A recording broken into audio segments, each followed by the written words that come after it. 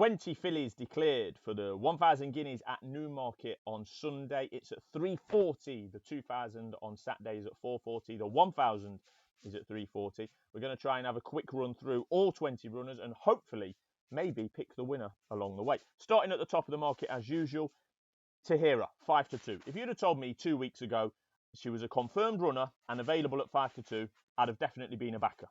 On what we've seen so far, she is the best horse in the race. That is a fact according to official rating. She's 118, as you can see on screen there. Yes, it is only a guide because a lot of these fillies have only had 2 or even 1 run. So official ratings are a guide only. But on what we've seen so far, she's the best horse in the race. I think she's shown the best form. She was brilliant in winning the Group 1 on just her second start in September last year. But Dermot Weld has been out this week and poured a lot of cold water on the potential hype on this Tahira maintaining her unbeaten record. I covered it earlier in the week on a different video, but yeah, comments like she's not grown much from 2 to 3. She was. I would prefer another couple of weeks with her. I don't often get horses ready this earlier in the season, and it's a long season. Blah blah blah.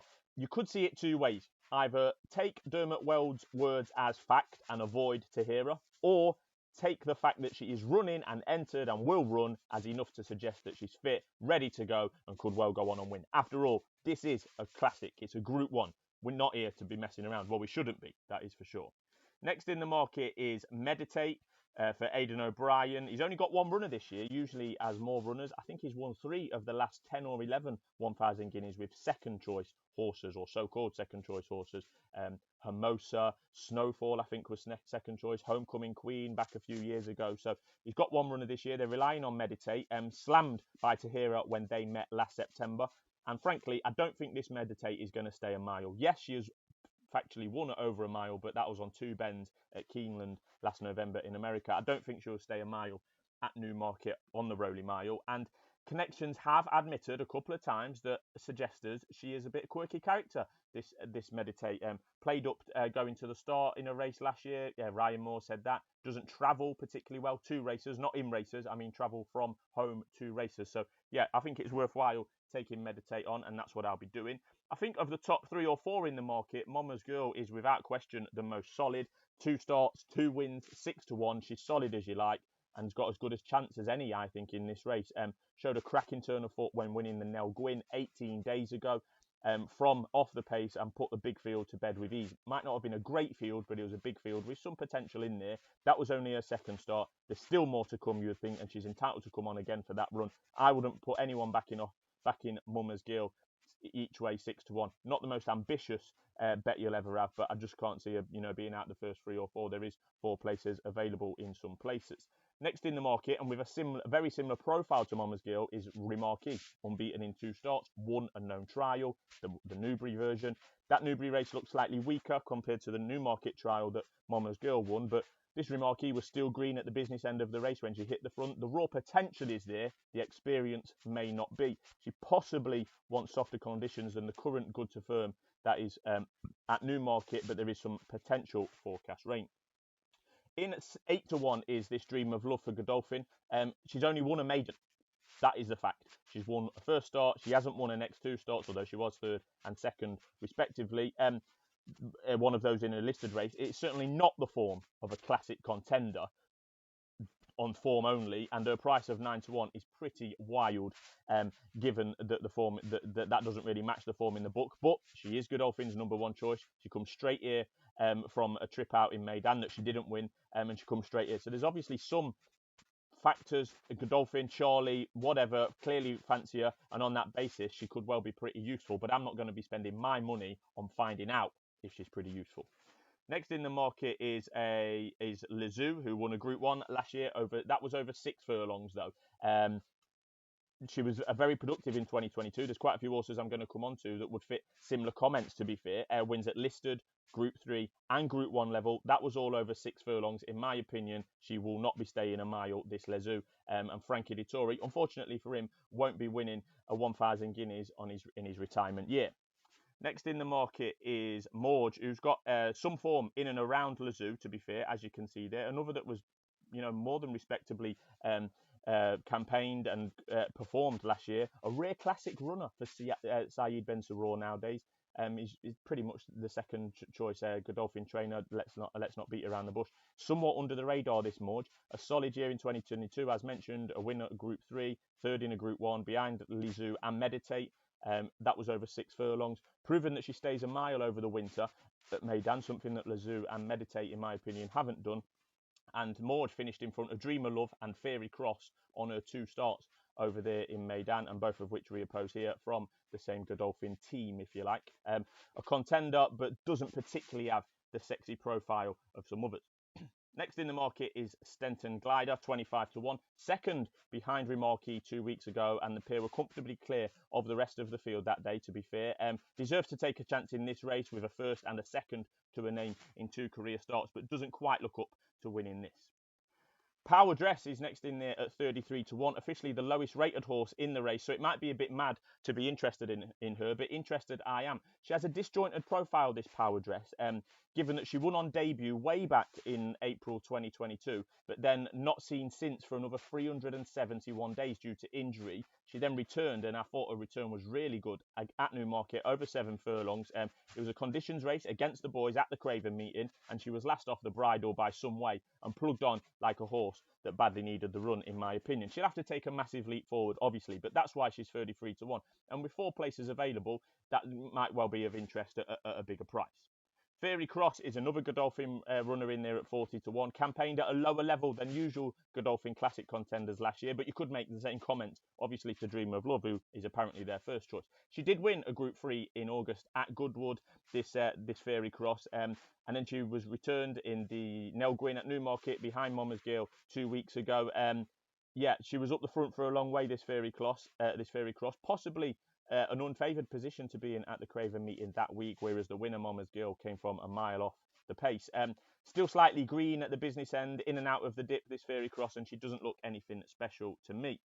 Matilda Picot is 40 to 1, an Irish contender who was second in the Irish 1,000 Guineas trial at Leopardstown around a month ago. I really like the winner of that race, Never Ending Story, and I hoped that she would run here at Newmarket, and she is not Never Ending Story, but this Matilda Picot, who was second behind that horse, there was daylight between her and the third and the rest of the field. Decent enough form last year. You can see Meditates on there, Swing Along, Queen Ollie. You know, she's beaten Queen Ollie in a listed race at Newmarket. So she's not without hope, but I'm not sure she will stay, this Matilda Picot. Next up is one of the most interesting runners of the whole weekend, Naomi A La Paglia, 40 to 1, coming here on just her second start. Very, very ambitious placement by owner and trainer Richard Spencer. Yeah, won a novice race at Kempton last November, so clearly a late maturing type, given that she didn't debut until November of a 2-year-old year. Very ambitious placement. I've not got a clue how good she is or might be, and she's probably going to want further in time. Carnarvon is next in your list at 50 to 1, a first classic runner for young trainer Jack Channon, first year with the licence for that young man. 7 runs, 2 seconds, 2 thirds and a 4th in 2022. Pretty productive by any standards, most of which was at a lower level than what would be usually needed to be a Guineas hope, but she got better with each run, as you can see, and she comfortably beat Dream of Love on her final start last year, and she's 4 or 5 times the price of Dream of Love. So in a match bet at 4 to 1, for example, I'd certainly prefer to be with this Carnarvon than Dream of Love on what we've seen so far. Next is Embrace at 50 to 1, a real eye-catcher in the Fred Darling, behind Remarquee and Stenton Glider, possibly past beaten horses, but was pretty much on the bridle the whole way. And I think the key here is Owen Burrows. I think he's excellent with placement of horses, especially the good ones that he gets. He won't be messing around running her here. He'll think that she might be able to pick up some prize money or whatever it may be, but Burrows' strike rate over the last 5 years in the UK is an incredible 20%, which is some going over a 5-year period. It really, really is. She clearly needs to take a massive uplift in form, but that's why she's 50 to 1 or bigger. She was 6 on debut, where she was bang unlucky at Kempton. If you watch that one back, she could well have won that day. Won easily on a second start at Wolverhampton, passing most of the field up the straight. And then that run at Newbury 2 weeks ago was full of promise. So she is of interest at a big price. Next in the list is Casavina, 4th behind Mama's Girl at the Craven meeting, where she did miss the break. So she did well to run on and get 4th in the end, to be fair. There's plenty of improvement needed to get anywhere near trouble in this one. Olivia Moralda is 66 to 1, transferred to the Roger Varian yard over the winter and this will be her first start for that stable. She was due to run in the Fred Darling at Newbury, but was withdrawn on the case of the soft going. She was second behind Meditate when she was trained by Michael O'Callaghan in August last year. That was over 7 furlongs over at the Curragh. She went off favourite for the Group 2 Rockfell Stakes when we last saw her. She disappointed in that race, but just the mere fact that she went off favourite for a Group 2 shows that she was in really good form before then. She's an interesting contender, probably the best of those towards the bottom end of the market, but might not stay and does have plenty to prove.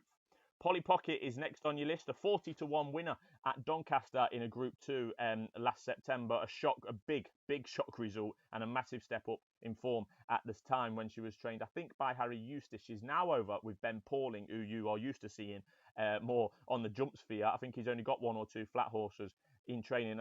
This will certainly be his first runner in a flat classic. Looks unlikely to be causing any shocks here, to be honest about it.